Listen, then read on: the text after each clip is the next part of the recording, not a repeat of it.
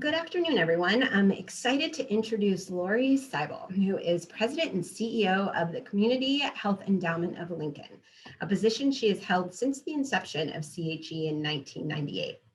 Formed from the proceeds of the sale of Lincoln General Hospital, the endowment has grown from just under $38 million in 1998 to more than $62 million today, even while CHE has invested more than $32 million in grants back into the community to support health in Lincoln. The vision of Community Health Endowment is for Lincoln to be the healthiest community in the nation. Prior to her position, Lori served as an assistant to 2 Lincoln mayors and as the City of Lincoln's epidemiologist. She earned a bachelor's degree from Peru State College and a master's degree in preventive medicine and epidemiology from the University of Wisconsin-Madison. A few years ago, I had the pleasure of seeing Lori present at another MHDI conference, and since then, I have used the endowment's Place Matters mapping functions in my health equity classes to show my students the power of visually communicating data related to community health and health equity. I've learned a lot from the work she and the endowment are doing, and I'm excited to keep learning from them, and I'm sure many of us feel that way. So without further ado, please join me in welcoming Lori Seibel. Thank you so much, Angela. It's such a privilege and pleasure for me to join you this afternoon, and thank you so much for that introduction, and I appreciate your invitation to be here. And thanks to all of you who are joining us today. I'm sure it's been an informative, enlightening, really mind-stirring kind of day, and I hope you're all walking away filled with new energy and hope for how we can achieve a greater sense of health equity and a reduction in health disparities in our individual communities and certainly across the state and the country. So thank you for all the work that you do. Angela mentioned that I am the president and CEO of an endowment here in Lincoln. And in that role, I have a privilege to be able to think about how to distribute funds back in the community. And in a lot of ways, we all do that work, whether we are running nonprofits, we're thinking about how to use our resources in people time, in person time, our limited often resources, our donations, our donors' wishes. We're trying to think about how to make the very best decisions we can with those funds. And it's not easy. It's not easy in your job. It's not easy in mine. And it just isn't, because often the issues that we are facing in our communities are outpacing the resources that we have to respond to them. And it can be a very difficult thing to think about. And so one of the things that I think it's important in working in communities, and especially in health equity, is to think about how we can target our resources most effectively. How can we really go to work on the issues that matter to an individual community? And what matters to Lincoln may not matter as much to Omaha, or vice versa. The same thing with communities all around Nebraska. What's happening in a rural community may be very different from what's happening in another community just down I-80. And so it's important, I think, one of the things we often overlook is that we understand our communities as they are. We recognize that we don't know everything about them until we dive a little deeper, and that we have to use those resources in a way that point toward how we can make the biggest impact. And so I want to talk to you today about a project that we've been doing in Lincoln and how we're using mapping in order to be able to target our resources most effectively. Now, Angela mentioned that I was trained as an epidemiologist, and due to people like Dr. Fauci, people actually know now what that is, which is exciting to me. I don't have to explain it very often, but there is a traditional story that I've told often with this presentation, and I haven't for a while, but I thought that I would bring it back because it was one that I really wanted to be able to share with you today. And it is a story that really came from my classes in epidemiology when I was in college. And I am having trouble moving my slides. There we go. This is a story that takes place in London, England. London, England back in the mid 1800s, so about 1854. And this is a picture of London from those days. It was a very dark city. It was a dirty city, very polluted because of the use of coal, obviously, and kerosene. There was also animals everywhere in London, both inside and out of homes. And of course, having lots of animals meant lots of other kinds of pollution. It was also incredibly crowded. There was 2.4 million people in London at this point, in a space that is about the size that Lincoln, Nebraska is today. And we have about 300,000 people here. And so you can only imagine the dirt, the smells, the crowding, the pollution, all were the kinds of public health disasters or public health issues that we face and have tried to overcome in these last decades and centuries. But back then, it would have been a disaster waiting to happen. And of course, it was, because disease was very rampant in the communities at this time. And especially, they saw lots of cases of cholera. Now, cholera was a really horrible disease. It was not only a horrible disease to have, but it's also caused a horrible death. And many people did die from it, from these large epidemics of cholera that swept through Victorian England cities at those points, and especially ones that came into areas that were considered to be slums, areas of very, very poor people. Now, most people accepted cholera, as you can imagine. There wasn't a lot of information around it, but there was one thing that I think they understood, and that was that cholera was caused by the air. That would seem to be a logical conclusion for them to make, because that's where they saw the pollution, that's where they saw the dirt and the smog and the smoke, and that's where they smelled these awful smells. And so certainly cholera was seen as something that they could not avoid. It was simply a product of living in a dirty city and breathing this dirty air. There was a gentleman, then his name was Dr. John Snow. He was an anesthesiologist. He's about 40 years old, and he believed that cholera perhaps had a different origin. He was a very curious person. And I have to tell you that one of the things that I find really incredible when I think about this story is how many things we can learn from people like Dr. Snow. Even though they didn't have advantages, so many advantages like we have today, there are so many things we can learn. And I think one of the things we can walk away from this story with is the idea that you have to be a pretty curious individual. You have to have some curiosity to explore how to make health more equitable, how to create healthier communities. And Dr. Snow was very curious.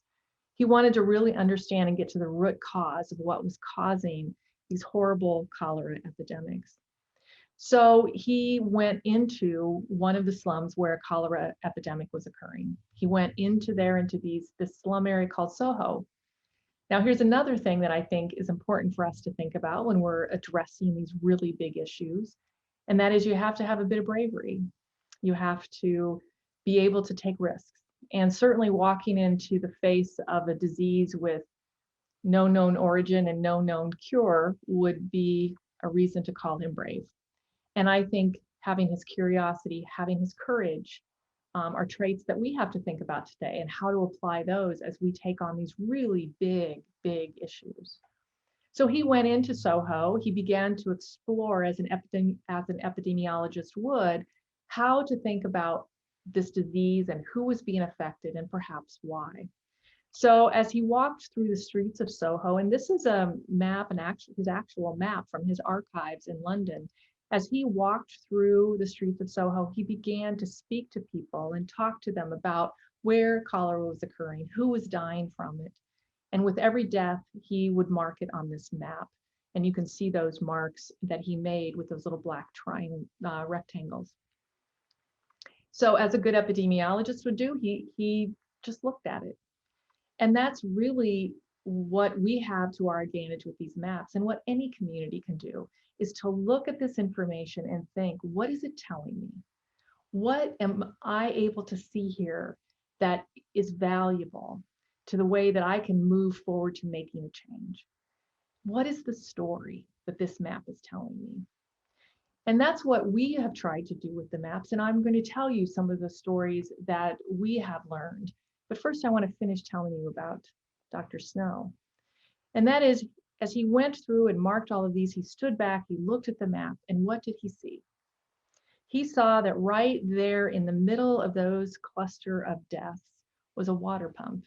And it became very clear to him at that moment that water was in fact the cause of cholera. And so he decided that he had to do something about it. which is another great trait. He could have simply said, I figured out what I need to know. I'm going to go write a paper. I'm going to go tell my colleagues. But he decided that there was a need for him to do something, to take action. And so he went to the people, the Board of Health or the city council or whoever the folks were, and he told them, cholera is being caused by the water. That's why these people are dying. And they rebuffed him because it was such a strongly held belief that this was an airborne disease.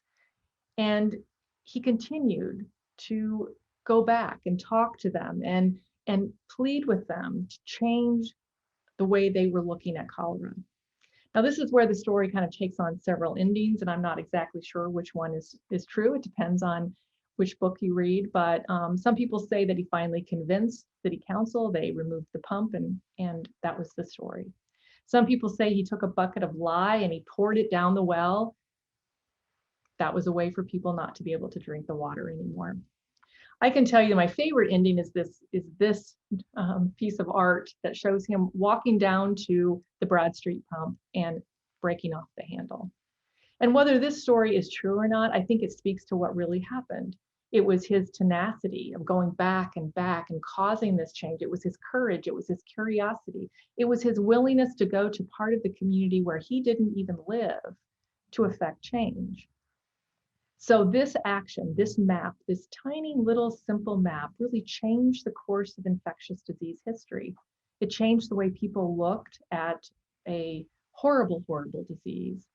And with that map, it really enabled us to think about how we could create healthier, cleaner communities. So again, I go back to the question, if a simple map from 1854 can change the world, what can maps tell us about our communities today? And I think it's a question we can ask regardless of where we live, regardless of the community we live in, regardless if we live in a suburbia or a large city on the other side of the world. I think maps can tell powerful stories and help us uncover things about our communities that perhaps we could never see in a chart or a graph. So let's start with the map, and I want to give you a little bit of an orientation to this. This is a map of the city of Lincoln back in 1980, and the city limits at that time are what is you'll see here in these blue outlines. Anytime you see an area, and these areas are all census tracts, that's as small as we could get this data, but every time you see one of those areas that are in greens, that's an area that's doing relatively better. It's doing better than the rest of the community. When you look at these areas in yellow or orange or red, what you see are areas that are faring worse in whatever the particular issue is. In this case, it's poverty. What we, for those of you familiar with Lincoln, I'll give you a little geography here. These two wider white lines that are crossing right in the middle there are 27th and O. So just to the left, you'll see a gray area. That's the university. We've taken their data out of the picture here, so they're not counted in this data. We've also taken out the data that's out by the airport. Not a lot of folks living in that area, so that area was taken out. We also took out the regional center as well as the prison. And everything else we looked at comparatively, because the census tract has approximately the same number of people in every census tract, so we could begin to compare areas of our community. So what I want to do is I want to begin to morph this map, and this is a great way to look at what's happening in a community and look at poverty and how it has changed in our community from 1980 until the most recent data that we have. You'll see that poverty has spread in every direction in our community from the core. You'll also see that for one of the first times, there is an area right to the west of the university, this dark red area, where over 50%, 1/2 of people live in poverty. So this is incredible to see visually how poverty has changed in our community. We may not see it. We may not be able to think it exists in this way, but certainly the data shows us that it has changed. It's moved, it's spread, it's widened its path all across Lincoln. So why is it important? Why is poverty important? Well, you know, and I know that everyone that I'm talking to knows that poverty is really the cause of causes. It is the thing that it's like the poisoned water in Soho. It's like there. You don't always see it, but it's always shifting and moving and chipping away at neighborhoods and schools and families and causing just a real weakening of the systems that are there. And so we know when we look at this map that as poverty spreads, we need to look at things differently. We need to look at things like bus routes. How do we be able to plant bus routes so people have transportation, perhaps in areas where we didn't understand there was as many people living in poverty? How do we look at after school programs? How does a nonprofit decide where to take a program to address people living in poverty if they cannot see where they need to go? A lot of times we make decisions that aren't based on that kind of data. Sometimes we make decisions based on what building might be available or who's willing to give us the lowest amount of rent. But sometimes we have to be able to make decisions based on where the people are. This is place-based work. And so to be able to help people, especially in a growing city, understand how to craft solutions, having these kind of place-based understanding of our community is so important. I've also had people ask me, so why are we even talking about poverty when it comes to health? And of course, you all know that poverty and health are directly related. People who are poor are more likely to not only not be able to get care, not be able to get care early enough, not be able to get preventive care, but also simply the stress of being poor, living paycheck to paycheck, has oftentimes really irreversible damage to the body and can cause a lower life expectancy. So poverty does matter. And we cannot simply set it aside out of the equation and say, we're going to put together a program without thinking about how it might impact people who are living in poverty. It has to be part of the equation in virtually everything that we do in our communities of today. Now, I think that it's also important that we think about how this poverty affects certain people. So if I take this map, and a quick aside, I will tell you that these maps are our 3.0 version. We are currently in the middle of our putting together our 4.0 version, which will be ready by the end of the summer. So we'll have a little more recent data than what these maps show, but this gives you a great idea of how helpful they can be. So this map in blue tells us where more than 13.1% of people live in poverty. That's the average poverty rate in Lincoln, Nebraska. So this blue represents where people where census tracts are that have more than 13.1%. Now, what if we take something like the minority population? Our minority population here in Lincoln is 18.4. So let's highlight in pink where the minority population is greater than 18.4.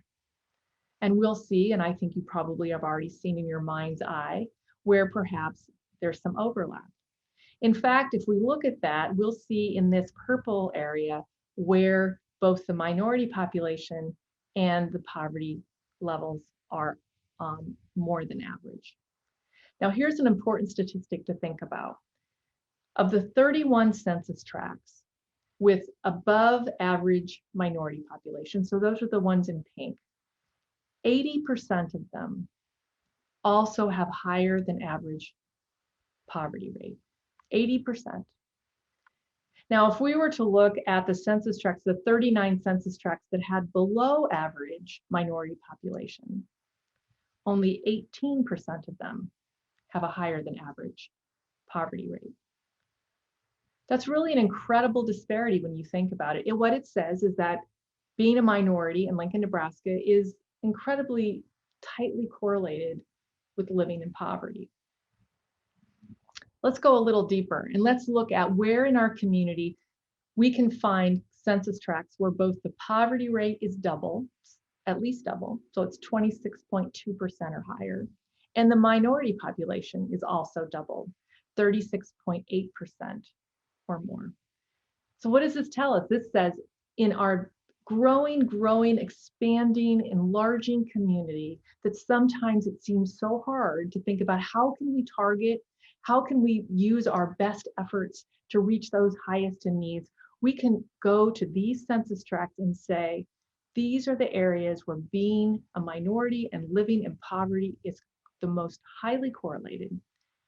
And we can address those issues in tandem, often in these areas. It's an incredibly useful tool to help us to be able to target our resources, to be able to really get to the root of issues that often are not always seen on the surface, and help lift some of the weight that is bearing down on some neighborhoods that are only going to lead to problems that are much more difficult to address in the future. So if I look at income and race, what we know is that in 2018, the average white family in Lancaster County, it was about $60,000. The average Black family income was about $32,000. So that's about 53% as much. We know that if you are a minority in Lincoln, you're more likely to have a lower income. And now let's look at how our population is going to change over time. So back in 1990, this was the non-Hispanic white population, and this was people of color. And as we moved until today, you'll see that difference, that 82, 22, 82, 18% split. And then if we continue to move forward to 2050, we'll see that over a third of our population will be people of color. So if we look at today and say being a minority in Lincoln is highly, highly correlated to living in poverty, and that population is going to grow dramatically in the next 30 years, what does that mean for our community? What it means on the very surface is we've got to figure out how to address poverty. We have to figure out how now we can begin to lift families out of that. We can figure out how to make sure, especially children who are living in poverty, have much more hope to thrive and grow and graduate and gain gainful employment. We have to start working now, because if we do nothing, I am certain that our community's landscape will look very different 30 years from now than it does today. Now, of course, we've had a pandemic, you all know. And so if we throw something like a pandemic into all of this, how does that change things? Well, I love this quote. It says, "The pandemic offers this X-ray on society and allows us to see all the broken places." If we look at our pandemic in Lancaster County, I think this data was from last week, we will see that while the white population has about 80% of the population, the number of cases are about 76%. Where in people of color, they have about 19.3% of the population, but 24% of the cases. What that tells us is one of this instance has shown us that there is inequalities. It may be by virtue of the work that a person does, by virtue of their housing conditions, by virtue of the fact that they don't speak English, by virtue of the fact that they're not getting the same access to healthcare. Whatever those reasons are, a pandemic kind of shines a light and says, take a look. How do we fix this? How do we make this better so that it doesn't happen again? That's creating health equity.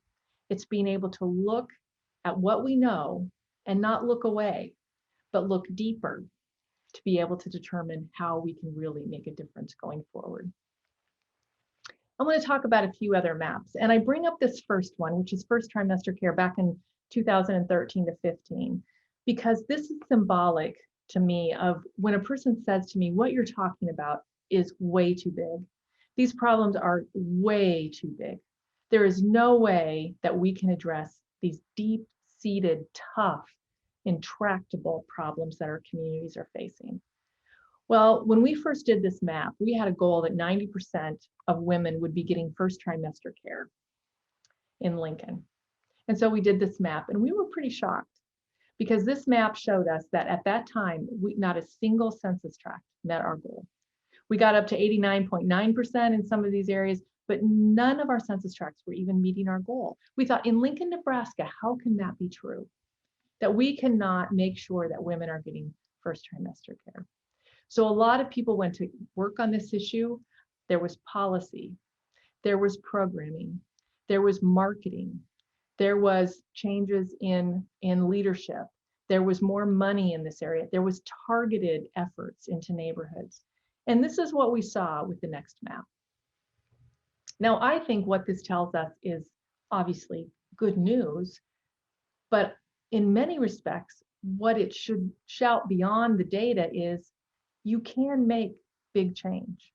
things can change. Even when you look at poverty maps or you look at things where you see, wow, where do we even begin? We can look at a map like this and we can know that change is possible with targeted efforts, with everyone looking toward the same, accomplishing the same goal in the same way, in the same place at the same time. And so I would encourage you to never give up to that voice that says it can't be done, because I believe that it can. And by all of us working together and understanding the power of addressing issues together, aggressively, deeper, harder, targeted way, I believe that we'll all be better off. So let's look at something like healthcare coverage. Now, this was a very interesting map for us to think about because our first set of maps were done prior to the Affordable Care Act. Then we mapped our community after the Affordable Care Act. So we wanted to see, how can a big policy issue like this, how can something, deeply divided us, how can it make change, and what kind of a change can it make? So we looked and we saw that these green areas represented in Lincoln where the uninsured rate decreased. That's great. That is great news. In all of those areas, more people were insured. Now, of course, we also mapped where the uninsured rate increased in this yellow area. And I wouldn't spend a lot of time looking in the far south. Those rates were already very high down there, and there wasn't a lot of change. But I certainly would pay attention to some of these areas, especially those that you remember seeing on the high poverty level areas. Because this is where we start to see things stack on top of each other, these weights, the weight of poverty, the weight of being uninsured. All of these things begin to have an impact that pushes a neighborhood down. And that's when it just becomes harder and harder to keep it lifted up. And so thinking about how these things layer on top of each other, especially when it comes to children. And I always think about it like we're handing a child a brick and we're saying, put this in your pocket. Hold this for me. Oh, here's another one. Hold this one for me. We're asking sometimes in these neighborhoods where these weights are so significant, especially our youngest children, to carry the weight of those things.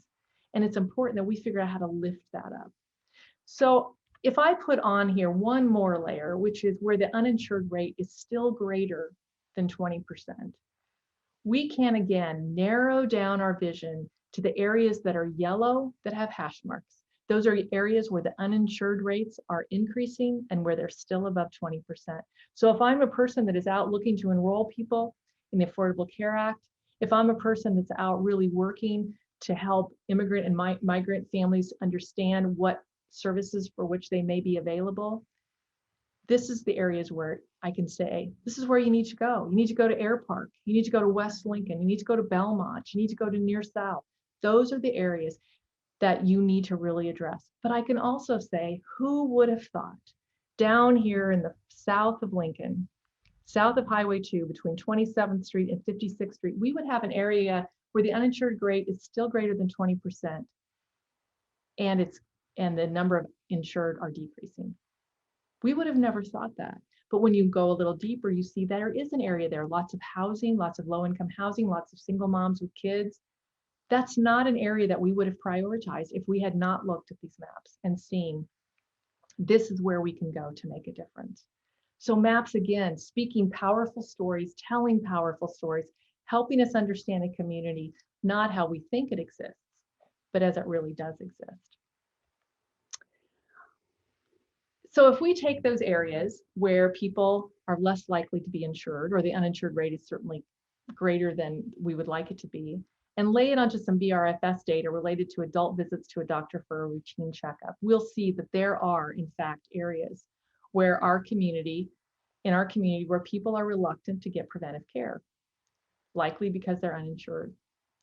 And so this data speaks to us that our question as a community is, do we help people get those services? Things like pap smears and diabetic management and hypertension management and mammograms and things that are going to prevent long-term chronic illness in the future. Do we do that now? Or do we simply wait it out and take care of all of those issues later? This tells us that people who are less likely to be insured are also less likely going to seek those preventive care. And we have to figure out how to close that gap, because if we're going to create a healthier community, just waiting for chronic disease to come through the surface because of long ignored problems is not a good plan. And it's not the best one for all of us as a community to accept. Childhood obesity. Childhood obesity has long been talked about. It's a public health epidemic. I know that you all know that. And we knew it in Lincoln. We set a goal that no more than 15% of children would be considered obese by the year 2020. Again, lots of money, lots of policy, lots of people, lots of marketing, lots of education. And we saw this happen. We saw, in fact, our rates decrease, and we met that goal about 5 years ahead of schedule. There was a lot of people who are really proud about this. And I think it would have been easy, just like going back to the Jon Snow story. Okay, we did what we needed to do. We figured out what needed to happen, and now we're going to go back. But then we did this map. And we discovered, in looking at it through mapping, that while we did a really good job and we met our goal in some areas of the community in greens and perhaps up into the yellows, not entirely, we also saw those areas of orange and red where we didn't meet the goal at all. In fact, upwards of 30% of kids were considered obese. So MAPS asked the question, did we really meet the goal? If meeting a goal for a community, or are we meeting a goal that creates health equity? And I would venture to say we didn't meet our goal. We did good for some, but not for all. And until we do good for all, that everyone has an opportunity to be healthy, everyone has that opportunity to eliminate health disparities, then we really haven't achieved our goal. Now, we have come across something that has kind of changed our look on this. We have read the data that tells us that children who take the PACER test, and in Lincoln, that is a aerobic fitness test that is administered in grades 4 through 8. It helps us understand how aerobically fit our kids are. And in fact, aerobic fitness is more closely tied to ability to graduate and get a good job and to thrive and be healthy. So we decided to switch from the sometimes controversial childhood obesity BMI rankings to aerobic fitness. All of this data was being collected by the Lincoln Public Schools. Unfortunately, what we found was that perhaps we're even a little worse situation. Those areas in yellow in our community are areas where less than 80% of kids can pass the PACER, and that's our goal. So what happens if we even look a little closer? This is the map we'll see. We'll look in those areas in red on this map, and we'll see that only 40 to 50% or 50 to 60% of kids are passing the PACER test. What kind of a legacy are we leaving kids when we say 40 to 50% of kids in these neighborhoods, in these schools, cannot pass an aerobic fitness test at grades 4 through 8? Now, of course, we can blame electronic devices, more screen time, but we can also blame things like lack of healthy food. We can blame things like lack of healthy, safe outdoor space. We can also look at messaging in these neighborhoods and what children are seeing every day, what messages about their health are telling them. We can look at the cost of youth sports that so many children cannot participate in because they're just too expensive. We can look at the use of basketball courts and volleyball courts and baseball fields, and who's using them. Is it the low income inner city kids? Do they have first access to them? No. And so it causes us to stop and think, how do we change this? And the sad thing is that after we do this map, after the COVID epidemic, you will see worse numbers. We've been isolated, we've been disconnected, we've been given nothing to do except stay away from other people. And so I'm worried that we're going to see even worse PACER tests. Kids who've been home doing their studies. And so I think that as my generation and generations who are older than these kids, we have to stop and think, what legacy are we leaving? What are we putting in place for kids? Are we in fact creating the community where they will live longer lives than we do? And if this is the case, the answer is no. We have to think clearly about the legacy that we're leaving and the hope we're giving them for long, productive, healthy lives. And I think this map sums up that we have a lot of work to do. We have tried to do some things around the area of healthy food, and people say to me, so give me an example of how you've taken this information and you've done something with it. So what is something you truly have done to make a difference? Well, we try a lot, and sometimes you take risk and things go great. Sometimes you take risks and things don't work so well, but we learn something. And one area we really wanted to focus on was healthy food access. And we have a number of issues that we've addressed in this area. But one of them was to go into, we worked with the university. They went into every food establishment in Lincoln, about 285 of them. And they looked for 5 things. They looked for fruit with no sauce. They looked for vegetables with no sauce, fruit with no sugar, vegetables with no sauce, whole grains, low fat protein, and low fat dairy. And they said, okay, in your store, whether it be a grocery store, a convenience store, an ethnic store, a gas station, wherever that sells food, if you have all 5 of those things, you get a score of 5. If you have none of those things, you get a score of 0, and everywhere in between. So we could look at this map on the left-hand side done in 2016 and see in those areas in red where that kind of food was least available to people in those neighborhoods. So we worked on it. We worked on planting healthy food options in some places in those neighborhoods. We lost a grocery store, which didn't help us much right there in the middle of the community. But we worked really hard. But we also understood that that wasn't going to be the only thing that we could do. Getting the model of how food is sold in our community changed, we can chip away at it and we can continue to work and market and create opportunities, but it wasn't going to be the single answer.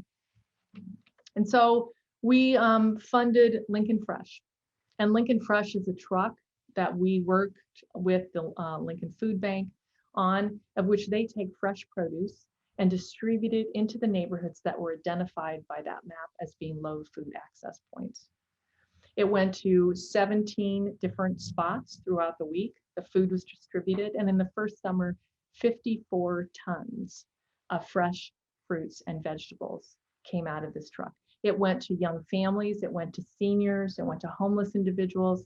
It went to the places that we believed people did not have access to or an understanding of how to incorporate these kinds of foods into their diets. And the stories that we heard were just remarkable.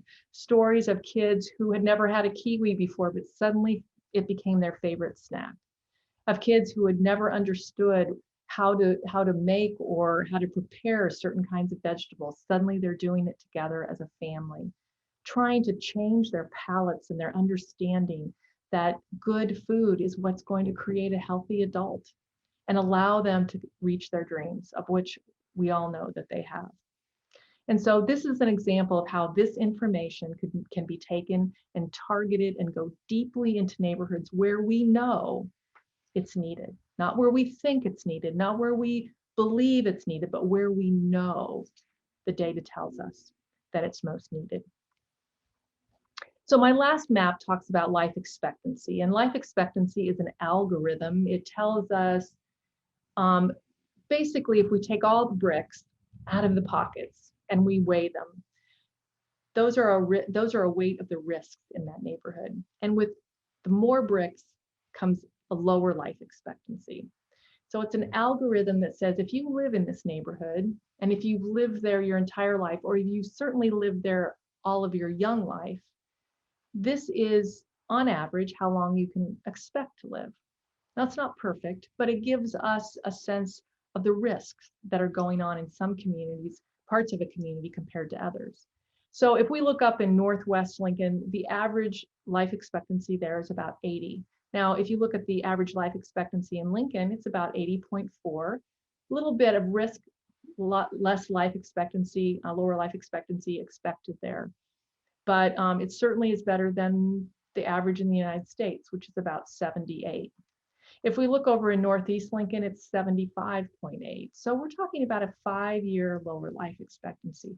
That tells us that we have to work harder and go deeper to understand what is impacting people in that negative way, that they can have a number that is 5 years lower on average than folks just on the other side of North Lincoln. If we go to West O Street, we'll see 76, again, about the same. But if we go to West O, it's 86. So a difference of 10 years as we go from West O Street to East O Street. Now, I would say those of you who are familiar in Lincoln, if you've ever just gotten in your car and you've driven off of the interstate and you drive down O Street, you will certainly see a different Lincoln on West side than on East side. They're two different communities. They're telling children who live there two different messages. They're providing different kinds of housing and different kinds of outdoor activities, certainly different kinds of messaging. And we can't forget about that. What is a neighborhood telling a young child or a person or a young family about their value? What is it telling them about their health? And that messaging, what they're seeing every day, whether it be subtle or not so subtle, is incredibly important to how they begin to see themselves, their bodies, their health, their relationships, and certainly the world around them. If we look over to Southwest Lincoln, we'll see 82 years, and over in Southeast Lincoln, 89 years. And they're right in the heart of our community where, of course, we have seen some of the biggest weights being carried, 69. So a 20-year difference in life expectancy as we travel from the core of our city to the very edge. So what this map tells us is a lot about health equity. It tells us where you can expect to live a long life. It tells us where you can expect to live a shorter life, if in fact an algorithm can predict that. This map tells you health equity, and our job is to figure out how to create a much more balanced look at what we can expect, that every person has an opportunity to have a long and healthy life. And until we get these numbers to be looking much more similar to each other, we have not reached our goal. So I would encourage you to think about a couple of things as you take in the information of these maps. One is going back to the power of poverty, the cause of causes. That's where it really starts. That's what the foundation of really creating a disadvantage in communities is really about. And unless in whatever issue you want to address, whether it be looking for health services or whether it be in addressing domestic violence or whether it be looking at child abuse or addiction, if you look at it void of the question of the role poverty plays in it, you'll never really fully understand it because it's interwoven in every issue that we face today. I also would encourage you to think about Lincoln or your own community in terms of its history and what in history has kind of created the community that we have today. If you look at this map was created back in the 1930s by the federal government, the Homeowners Loan Corporation. This was the map that bankers used to decide who to lend money to so people could buy homes. And if you look at those areas in red, which are down around the state capitol and down in the areas that are red today on our maps, those were defined on the map, and I read this verbatim, as hazardous. Don't lend people money here to buy their own home. Those areas in red defined as definitely declining. We really would, again, encourage you to think seriously before you loaned money to individuals to buy their homes there. The blue, better. The green, certainly the best. But if we look at them compared to today, we'll see much of the same kinds of areas that are affected by the same issues that were faced back then. And what this tells us is that as low income and people of color were shut out of that housing market, they weren't able to get money from banks. White residents moved to the suburbs, they bought homes, and they built wealth in the form of home equity. And you know that your home is often your number one source, your number one asset. And to be able to pass that, to grow that asset, to have an asset that is building for you every day, to be able to use that in healthcare or retirement when you get older, or to be able to pass it to another generation is what defeats intergenerational poverty. Those assets were not available to every family, and they were not able to gain that advantage in the same way. In fact, white citizens were able to accumulate advantage while people in poverty and people of color accumulated disadvantage during that period of time. And I also think this is key, especially because of the conversations going around through our country today. In doing these kinds of policies, these federal policies driven by our government, they created segregated housing. And what that does is it isolated people of different races and ethnicity from each other from the very get-go. And so I'm not here to tell you that I can change this. I can't change this. This happened. It's part of our history. We obviously have many good things about our history, but this happened as well across the country. It wasn't just in Lincoln. But we have to understand how we got to this point and how some people were able to accumulate advantage while other people had to accumulate disadvantage, which led generation upon generation, in many cases, to where we are today. The third thing that I want you to take away is the whole idea of adverse childhood experiences. And many of you probably know this, but it is this clear and direct correlation between the kind of childhood you had, or in other words, the stressors related to things like child abuse and household dysfunction, and how that relates to what kind of an adult you're going to be. We spend so much time with these downstream issues, thinking about how do we build a prison, or how do we build another center to address chronic illness, or how do we take care of all of these other issues, when in fact so much of what's happening is rooted in childhood. And so if we look at ACE studies and we ask people, how many ACEs have you had? How many adverse childhood experiences? And we're talking big things. We're talking things like being hit when you're a kid, being punched, not having enough food to eat, not having a home to live in, having someone in your home who's incarcerated or mentally ill or addicted. Really tough issues. We've seen that when a child has about 4 of those happening, things tend to go bad. They start to go bad without serious intervention. And of course, rarely do those things happen one at a time. They often come in groups.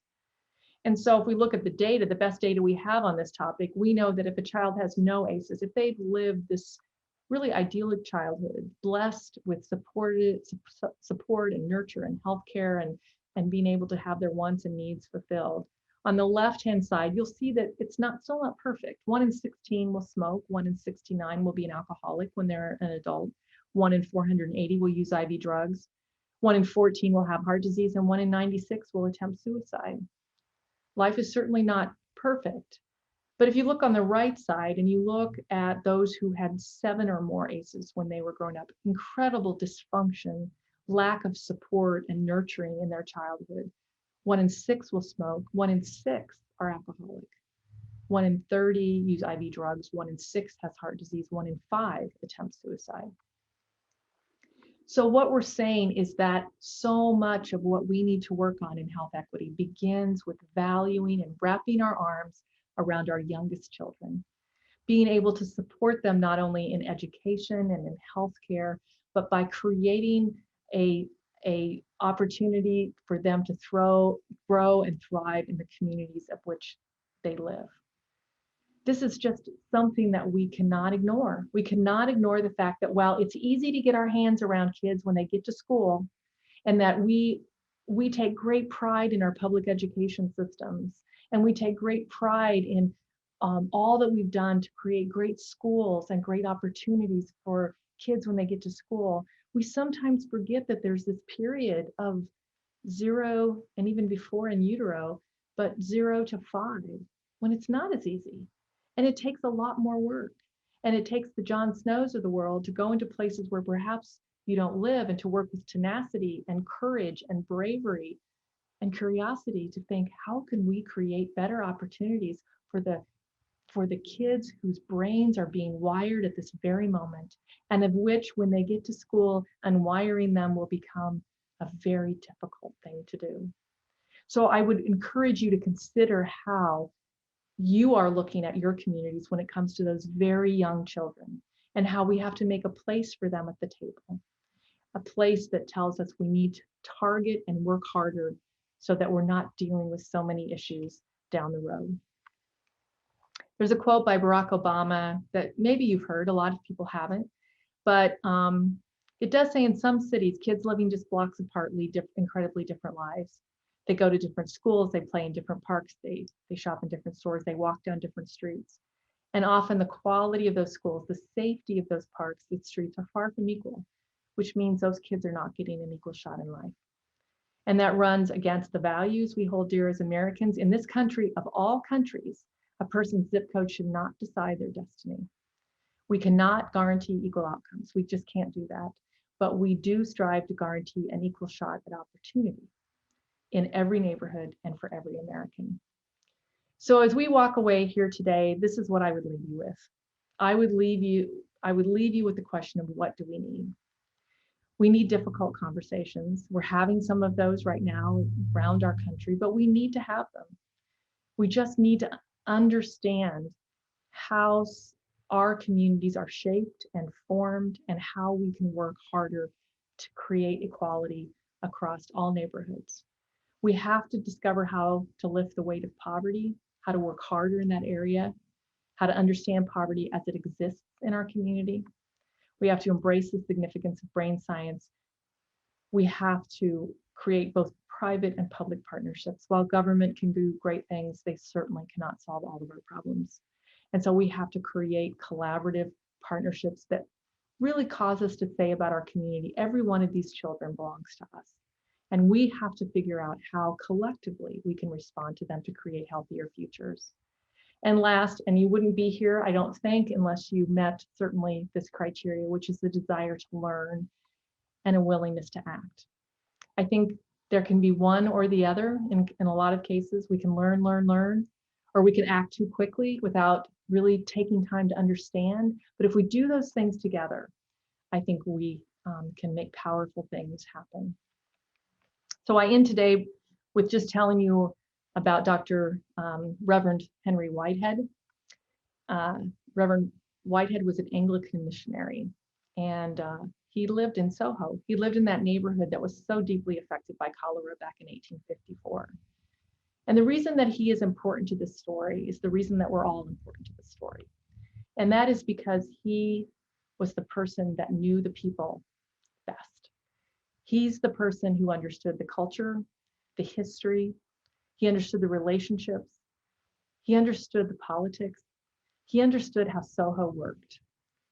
And it was so wise of Dr. Snow to decide that it would be Henry Whitehead who he took with him to go into Soho when he began to talk to people. The trust was there. They knew him, he knew them. He was wise, he was compassionate, he cared for them, and they knew that. And so taking him along was another incredibly valuable lesson we can learn from this whole story. And that is, sometimes we have to work with others. Sometimes we can't do it alone.